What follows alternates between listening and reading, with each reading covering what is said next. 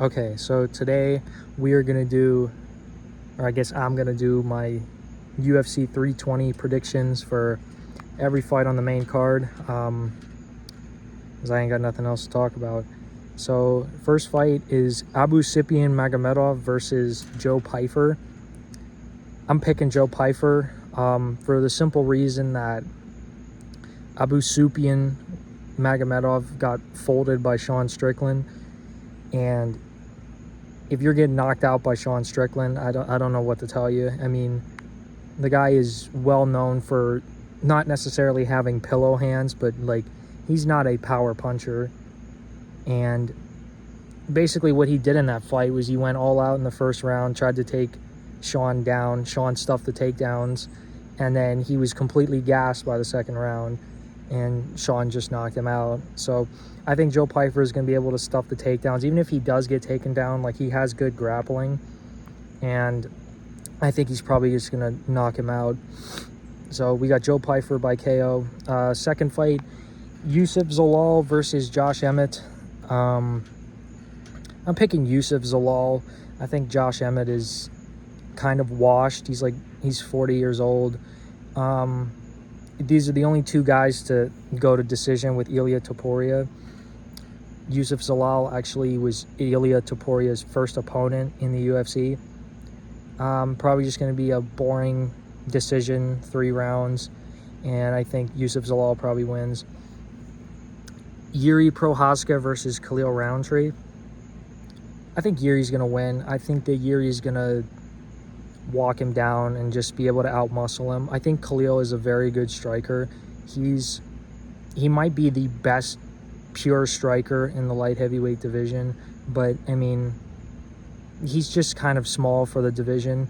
I think if Yuri is able to close the distance, and he has good head movement, he knows what he's doing in there, he has good grappling, and I think that around the second or third round, I think he's going to be able to turn into a dogfight. I think the first round, Khalil probably wins because he's probably going to fight the way that he fought against Jamal Hill. He's going to kick Yuri's leg. He's going to move away from him. He's going to try to maintain the distance. And I think Yuri's going to get frustrated.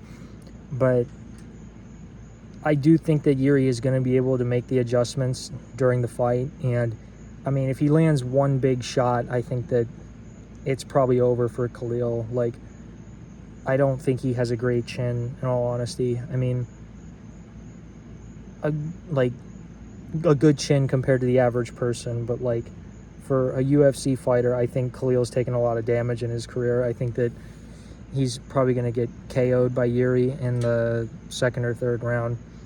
Merab versus Corey Sandhagen. I think Merab wins. Corey has good defensive grappling, and he's very good technically, but he did get taken down a lot in that Umar fight, and I think that Merab is a better wrestler than Umar, in all honesty.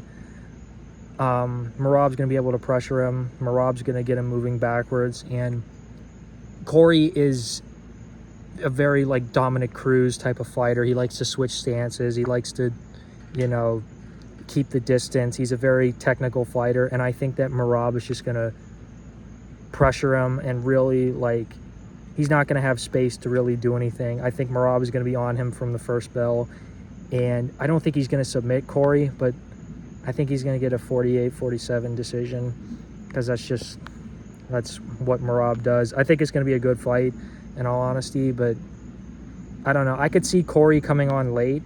I could see Corey winning the last 2 rounds, but I think Merab will have already won at that point. And we got Alex Pereira versus Magomed Ankalaev. It hurts me to do this because Pereira is my boy, but I think that Ankalaev's going to win. I think that Pereira has a very good style in terms of he's very intimidating, he hits hard, but really all you have to worry about with him is a left hook. He has a good jab, but he was really having trouble timing it on Ankalaev because Ankalaev is just so good technically. He's so technically solid.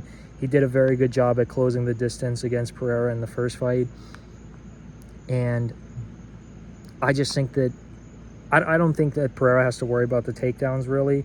I think he will take Pereira down at least one time during the fight, but Ankalaev isn't really a wrestler. He's just a good boxer, and Pereira is not as good of a boxer as he is a kickboxer. I think Ankalaev is going to be able to consistently close the distance, but one thing that Ankalaev can't do is he can't get overly confident. He can't just rush in because he's going to get caught with something, and then Pereira is going to be the champ again.